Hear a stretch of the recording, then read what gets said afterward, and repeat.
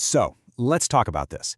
Have you ever walked out of a meeting with your Korean counterparts feeling on top of the world, thinking you've got a definite green light, only for the project to just completely stall out a week later? Yep, you are not alone. Today, we are going to decode one of the most misunderstood phrases in cross-cultural business, and we're going to turn all that ambiguity into clear, decisive action. You know the scene, right? The meeting wraps up, everyone's nodding, they're smiling, and then someone says, "Let's think about it." And in your mind, you're hearing, "Great, let's collaborate, things are moving forward."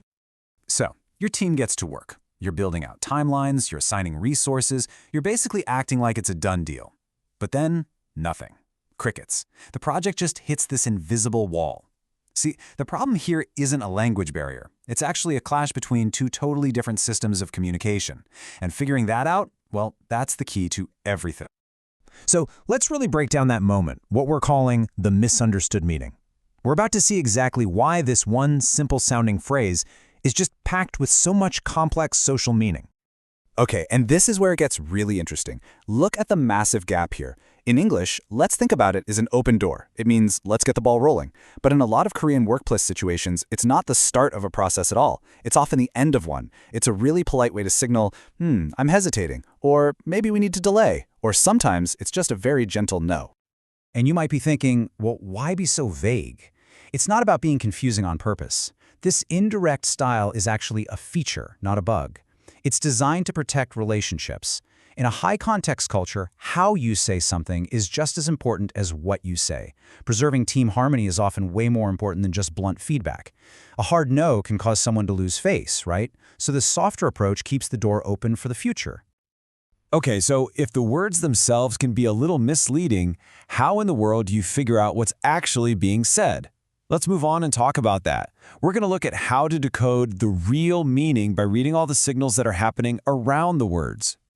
Think of these phrases as your data points. They're like a pattern language for hesitation. It may be difficult, or we'll review internally. Those are classic buffer phrases. And pay really close attention to that verbal yes, yes during a meeting.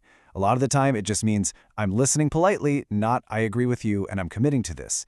If you hear these phrases and then you get silence afterwards, you're probably looking at a soft rejection. So, it all comes down to context. And nothing is more important than hierarchy. It's what experts call power distance. You have to ask yourself, who is doing the talking? If a senior manager says, "let's think about it," that carries a ton of weight. It could very well be a soft veto. But if a peer says it, it might just mean they genuinely need to go check with their boss. The speaker's authority is a huge piece of this puzzle. All right, we've figured out the problem. Now for the fun part, the solution. This next section is all about a practical, hands-on toolkit you can start using right away to get clarity without creating any friction or damaging those important relationships. But before we get to the tools, let's talk about what not to do. The single biggest mistake you can make is to push for a direct answer too quickly. In a culture that really values harmony, demanding a hard yes or no can come across as aggressive, even disrespectful. It backs people into a corner, and when people feel cornered, what do? They retreat even further into ambiguity. And this just illustrates the right way forward so brilliantly. Instead of that high-risk, binary question, you offer a low-risk, option-based one. Just feel the difference, right? So, is that a yes or no? That's a confrontation. But asking, which path is easier for your team?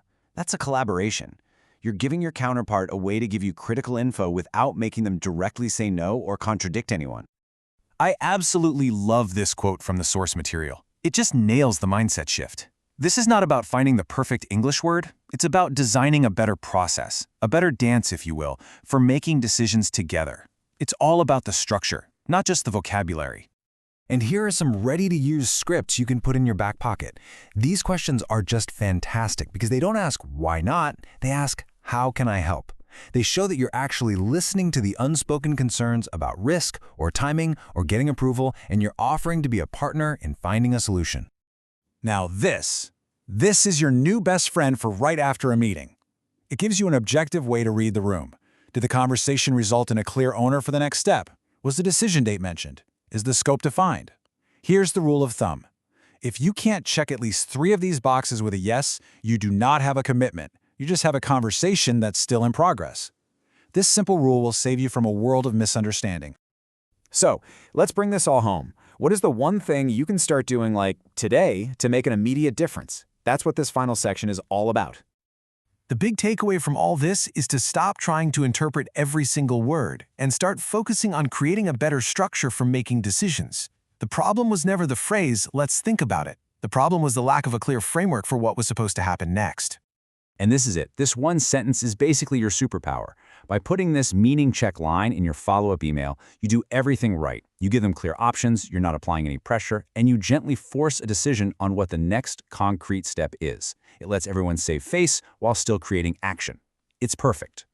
So let's put it all together. The path to clarity is a really simple three-step process. First, you decode the situation. Look beyond just the words. Next, you clarify their intent using those collaborative option-based questions instead of pressure. And finally, you confirm the outcome with a written recap that locks in an owner and a date. Decode, clarify, confirm. That's it. And that brings us right to the end. So I'll just leave you at this final thought. What would happen if, after your very next cross-cultural meeting that ends in that familiar, fuzzy ambiguity, you just tried this? What if you added that one simple meaning check line to your recap email? Give it a shot. I think you'll be pretty amazed at how much clarity one well-choreographed sentence can create.